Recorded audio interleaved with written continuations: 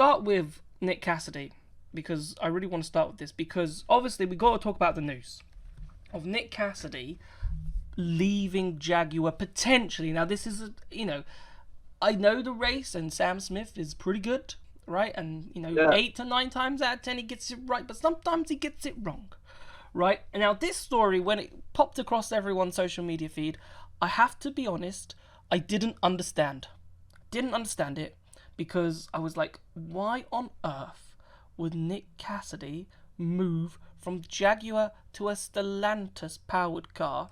And the Stellantis powered cars at the minute are up in the air because the whole Stellantis situation is up in the air. And I was like, where is he going to go? What were your thoughts on it when it came out?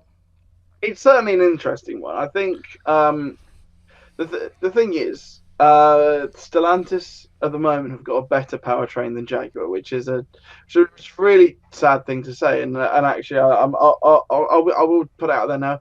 Huge Cass fan and delighted that he won on Sunday because yeah, he had such a torrid start to the season. He didn't even score points until Jeddah, and so yeah, honestly, it was great to see.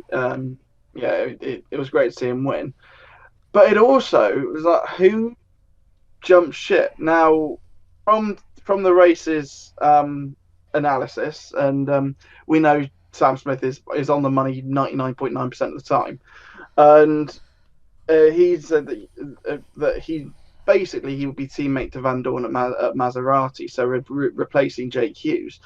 But yeah, like you said, there is this speculation about what's happening there. Why doesn't that make sense? Well, why would he do that? Like, why would he go from Jaguar to not Maserati potentially to Opel potentially? Well, no. It'll be Maserati next season. Yeah, I know, but long term, we're going to assume he's going to assume he's going to sign more than a 1-year deal, right? So the team will probably become Opel. Now, we don't know what's happening with DS, and if they stay or if they go, because then that Opel team might become the only Stellantis team. But if that becomes the only Stellantis team, the man that is like contracted to them or is in a marriage with them is Jean-Eric Vergne.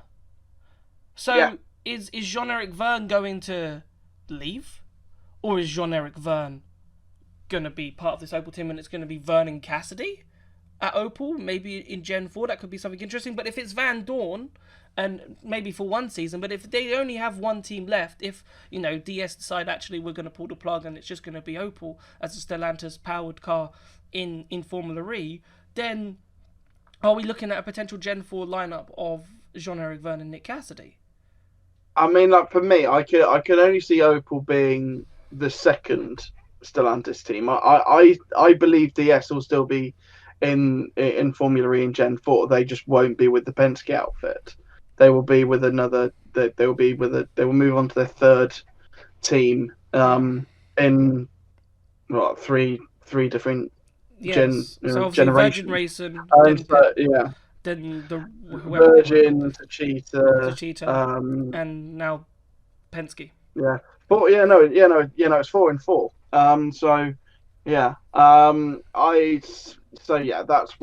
That's where my sort of head is at with that. But yeah, I think it's interesting that Cass has made this decision. I think if he's made this decision to leave, I think this is a decision that might have been made in that 2-month gap before in between Jeddah and Miami, because the thing is that if he replaces Hughes, then Hughes needs to find somewhere else to go, and Hughes, admittedly, he's not had a stellar year. Done all right. But he hasn't done bad. He's either been compared to Van Dorn or rubbish. Yeah, but Van Dorn's been the same. Compared to Van Dorn, he's been okay. But Van Dorn's been consistently in the points, whereas Jake has either been no, he hasn't consistently. But sometimes he's there. He scores big points. He's been in the top 5 4 times, and then every other race he's been outside the points. But he's To me, there's no difference to Van Dorn. I know Van Dorn might be picking up lower end points, but Van Dorn's been constantly in the points throughout most of the season. And he got the win, so but far. the only reason Van Dorn got that win was he was got luck. the win, and that was lucky. That was luck. But Van Dorn has had a far better year than Jake Hughes this year. But yes. Even then, I think that's so. I think that's harsh on Jake Hughes, who's moving to who only just moved to Maserati. So it's I find it interesting. And the thing is, it's not like Jaguar have someone to promote either. Yeah. They're not ousting him for someone else. Yep. And we've seen and we've had Toby on the pod last few weeks saying that Nissan are heavily looking at Mitch Evans for Gen 4, and so you sort of wonder what's really happening at the Jaguar team right now, because they've gone from the all dominant force in Formula E. James Barclay's leaving. Nick Cassidy looks like he's on the way out. Phil Charles went, what was it, two years ago now, to DS, and then so it's.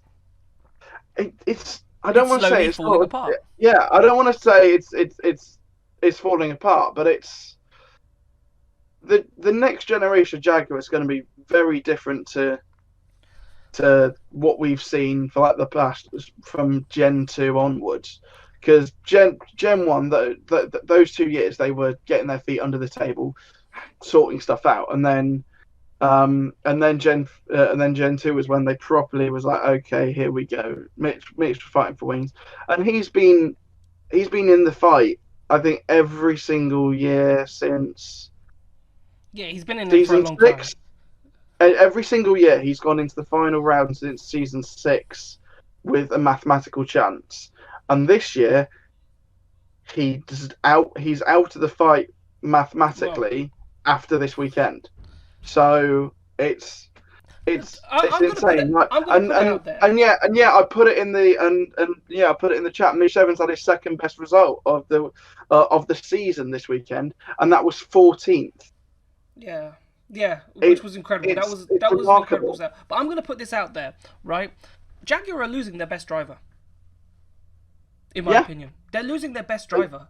I think Cass and Evans are very, very close. They're very close, but I think Cassidy's better. I'd agree with that. And you can tell from this season, right, when Jaguar have hit the struggle bus, right, the driver that has struggled the least has been Nick Cassidy. Right, and has been able to pick up points, has been able to do something, right, and turn something into something and get the best out of it. I know Mitch won the first race of the season. Yes, again, kind of luck came his way for that first race, but he's still done it. But since then, nothing's really happened. And Nick Cassidy, and I think Nick Cassidy's either a genius or he's the Fernando Alonso of Formula E, where he has the title chance to win titles and he's gone to the wrong team and it hasn't worked out, and he's going to go to another team. Like he should have won it in Envision, right? Didn't. Should have won it in Jaguar. Didn't. Right? Sebastian Buemi, right? Should have won it then. I was trying to figure it out, yeah. Should have won it then. Should have won it in season 10, right? Could easily be a back-to-back champion. And now he's going to leave to another team, and fingers crossed, he's got his fingers crossed that going into Gen 4, Stellantis can pull something out of the bag, right? And be a quick team. Now, this is where I think he could be a genius. I think the only thing that makes sense to me is he knows next season, right, Jaguar aren't going to be very good again. And he doesn't like sitting. He does not like sitting and waiting. The software. Right? I think Jaguar will be closer next year. Potentially.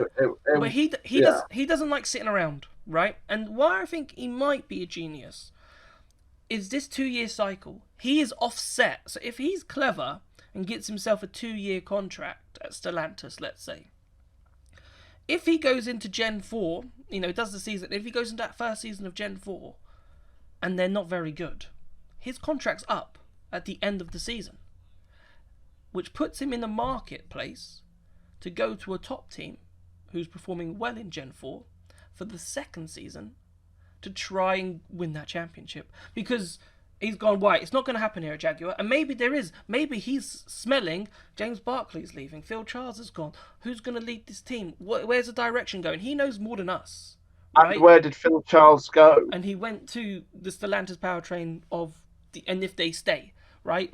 Who would he be contracted to, though? That's the big question mark. Is he contracted to Penske or is he contracted to DS? That's the next big question. We need to probably double check on that. But so those are the implications for Cassidy, and thinking, all right, so is the grass going to be green on the other side? But I think having the offset of not being locked into a 2-year contract potentially, and you've got that option to go, right, I'm available. You know how good I am. Sign me up, and I'll get you a championship, or I'll help you win the team's championship. So that he could be a genius. But yeah, I struggle to understand it. I struggle to see where he'd fit, because he's going the Stellantis B team. I call Maserati at the minute, right? So he's not in the A team. That's going to be Gunther, and so you'd assume more resources would go into that team rather than the Maserati team. The Maserati team's going to be up in the air next season, because financially transferring across to Opel, how's that going to work? They might not be that strong. They haven't been that strong this season. So, well, Nick Cassidy's going to sit around in the middle.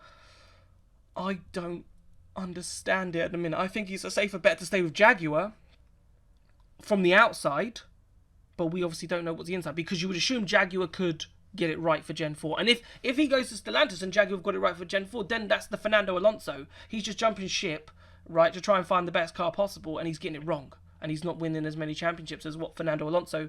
people said Fernando Alonso should have won more than the championships that he's won. Nick Cassidy could be arguably that driver in Formula E, where he could have won...